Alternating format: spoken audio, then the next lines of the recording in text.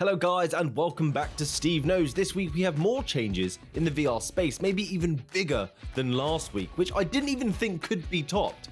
Ready Player One is right around the corner, and there's also some amazing tech I find incredible and funny at the same time. Please take a second to click subscribe, a small action but makes a world of difference to me and helps spread the word of VR, so thank you. Anyway, enough chin wagging, let's get started.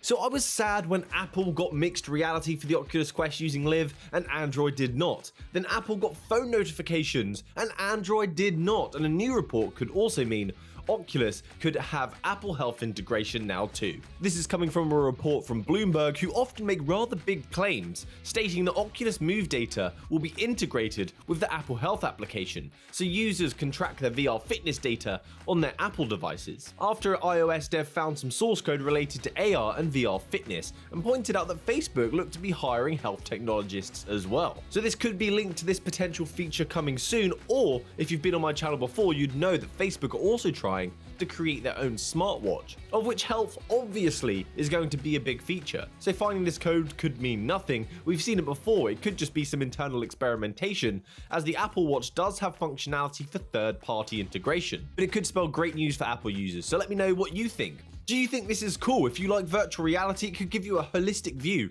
of your fitness, combining your Apple Health data and your VR fitness sessions. They are seriously on a mission to redefine the gamer bod. So now, I've not mentioned many games coming soon recently, there's just been so much news about change in the VR space, but I'm gonna drop one now, and that's Drums Rock, a VR drumming game where of course Smash Drums comes to mind immediately, as it's a rock-themed title. But this one has a different take on this, as in this game in front of you, you're gonna have a drum kit, much like Guitar Hero or a Rock Band kit, and instead of oncoming markers you have to hit to the beat, instead you can have indicators that will let you know what color to hit on your drum kit. So in it, you're going to be battling hell demons with your drum kit. So when a hell demon appears, it's going to have an indicator and a color that's going to let you know when to strike and what color to hit, and when you hit it perfectly, you're going to attack that demon. I like the sound of this idea. It's like a drumming version of Audica, which is a very tough game but is also fantastic. They are going to include a campaign and a challenge mode, but no news on a multiplayer unfortunately, and this is expected to be released later this year. For those of you about to rock, I salute you. So last week or the week before, I can't remember, days just blend into one now, I reserved the Steam Deck and I watched an interview where there were quick fire questions and virtual reality came up. Well, recently it's come up once again with the question VR gamers want to know, can the Steam Deck be used for the Oculus Quest? Well, Gabe Newell said it can. It has been confirmed. I will link the 26-minute interview down below as well so you can check it out for yourself. He said, our view is that the openness of the PC ecosystem is the superpower that we all collectively benefit from. So if you want to install the Epic's game store on here, you can. If you want to run an Oculus Quest on it, those are all great. Those are features, right? That's what I want to hear as a gamer. So he said it himself, confirmation. Again, no note on the performance, which I don't expect to be very good at all because you need power for VR, and this is playing the latest games in 720p, which just won't do. So maybe some small experimental titles may work, but you're of course not going to be able to play the behemoths like Asgard's Wrath. But you can trust, as soon as my Steam Deck is here, I will be trying this out. This will literally be the very first thing I'm going to try. So comment down below as well, let me know if you've got a Steam Deck, or if you've even heard of the Steam Deck, and if you're buying it for virtual reality as well, because I'm pretty excited to try this. Now, some huge news. Facebook showing us again they are not messing around when it comes to virtual reality. They want to throw constant haymakers and finish the fight in round one. Tyson versus the Zuck. More likely Logan Paul versus the Zuck, which sounds like a fight that I would probably watch. And of course, I'll be rooting for Mark. Anyway, I'm going off topic. Facebook have just created a new organization within Reality Labs that is designated to build a mixed reality metaverse. Apparently, Facebook wants to be viewed in the future as a metaverse company, not just a social network. They're going to have a hard time ruining the stigma that's around Facebook. And this also could be to try and get into the game after Epic Games announced a $1 billion investment to create their own metaverse as well. And metaverse doesn't just mean virtual reality, it's going to be an entire ecosystem of platforms, AR, VR, and connectivity between people. And this is apparent too when Facebook said that they want to have this metaverse made available on all platforms. I quote now, "I think a good vision for the metaverse is not one that a specific company builds, but it has to have the sense of interoperability and portability.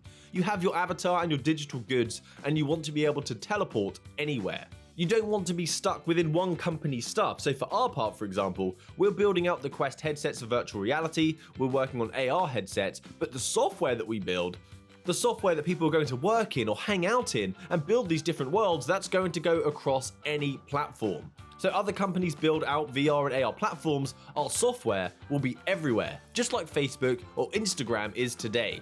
Let's go, Ready Player One. The virtual world is already seen as real to people. As the world around us, just as Bo Burnham said on the Inside special on Netflix, the real world is a stage to create content for the more real virtual world. This is going to take that a step further by the sounds of it. And a project like this is clearly going to be a long way off, especially if they've just built a team to conduct it. But it shows the investment and belief in VR the way that a lot of us do, the way that we invest and believe in VR, even if it is Facebook doing that belief. So I'm curious what you think. Is it money or is it passion motivating them?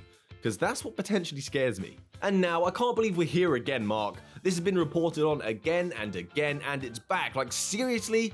The Quest 2 facial insert has been recalled again over face irritation complaints. They previously stopped production of the headset and selling the device because of this, and now again they've done the same thing. They have issues. So Facebook have just stopped production of the Oculus Quest to fix this issue, and they said that we can expect the Quest to go back on sale in August.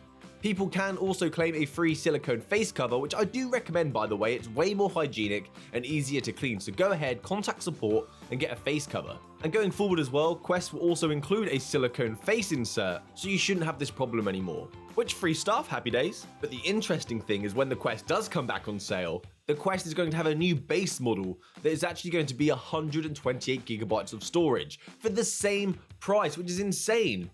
Of course, a bit cheeky because the 256GB model stays the same price when they've just devalued the price of storage, but for £299.99, you're going to get a 128GB Oculus Quest 2. That's twice as much storage as before. So stay tuned for August 24th, and let me know if any of you are going to get this headset with more storage. I'm curious. Okay, a cheeky one now where you guys can win some game keys and some prizes. HTC have just released an alternate reality game this week, and it seems someone from the future named Jordan Snow is asking for our help to stop the spread of the mind virus. I came across this transmission in one of their Twitter posts just a few days ago. They've taken hold of the last free space in the metaverse and pumped it with mind controlling. We have hidden 4 components of the location within the Vive content universe.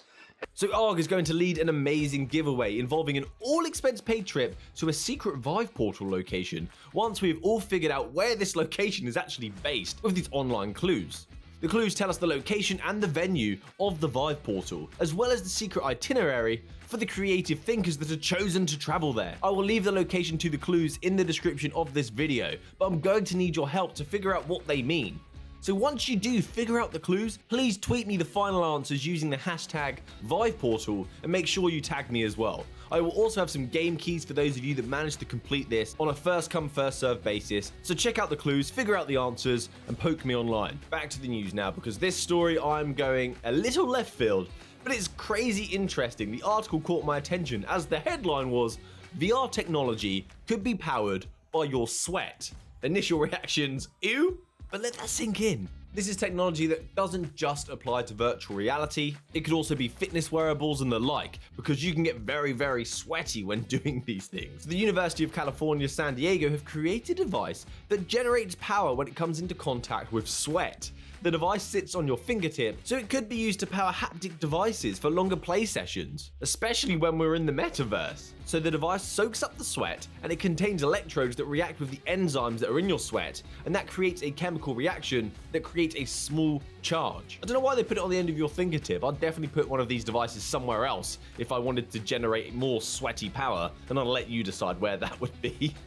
So wouldn't this be amazing, having this technology built into our headsets for longer play sessions, especially if it's going standalone, because the time that we get to play isn't that long at the moment, or haptics, if we want to enter the metaverse and hopefully be Ready Player One one day, that we're going to actually make use of this tech and extend our playtime even more. I'll leave a link to the article down below because it's crazy interesting and I'm seriously impressed. Who thought of this? Who thought, let's make sweat into power? Another game now, it's finally here. One small step for man, one giant stride for VR. Is that right? Stride is coming to the Quest store officially this August. The game that's coined Mirror's Edge of VR had spoken about bringing the game to the Quest platform, as they started off in early access on Steam and it wasn't released on Quest yet.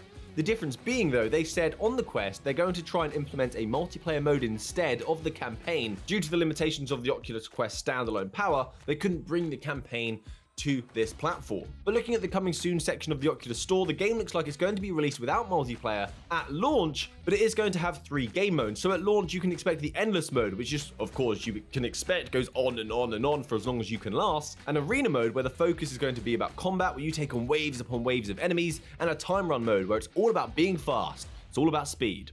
The devs did tweet a cheeky reveal of the game on Twitter as well, and by God, this game on Quest looks so epic. I don't believe you can watch this gameplay and not want to play this title. It's fast-paced, it has action, it looks very rewarding the better you get at the game.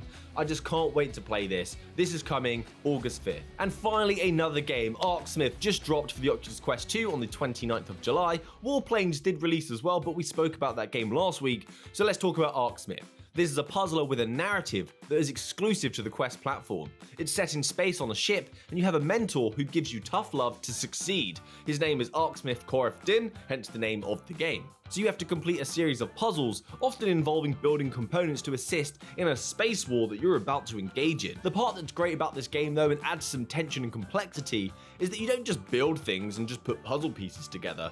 You have to be aware of power consumption and the heat generated by components. So too much power, the device isn't going to work, and if it's too hot, it's just going to blow up in your face. So this game is a puzzler nonetheless, so you can sit down and play this if you just want to relax and enjoy a great form of escapism. So that's it from me today, guys. Thank you for watching to the end of the video. Links are in the description to follow the clues for the HTC competition, and don't forget to tag me on Twitter as well. Let's win this thing, and don't forget I'll give out some game keys for those of you that do this first. Please like and subscribe as well, and hopefully I'll see you next time. Happy gaming, guys. Good day.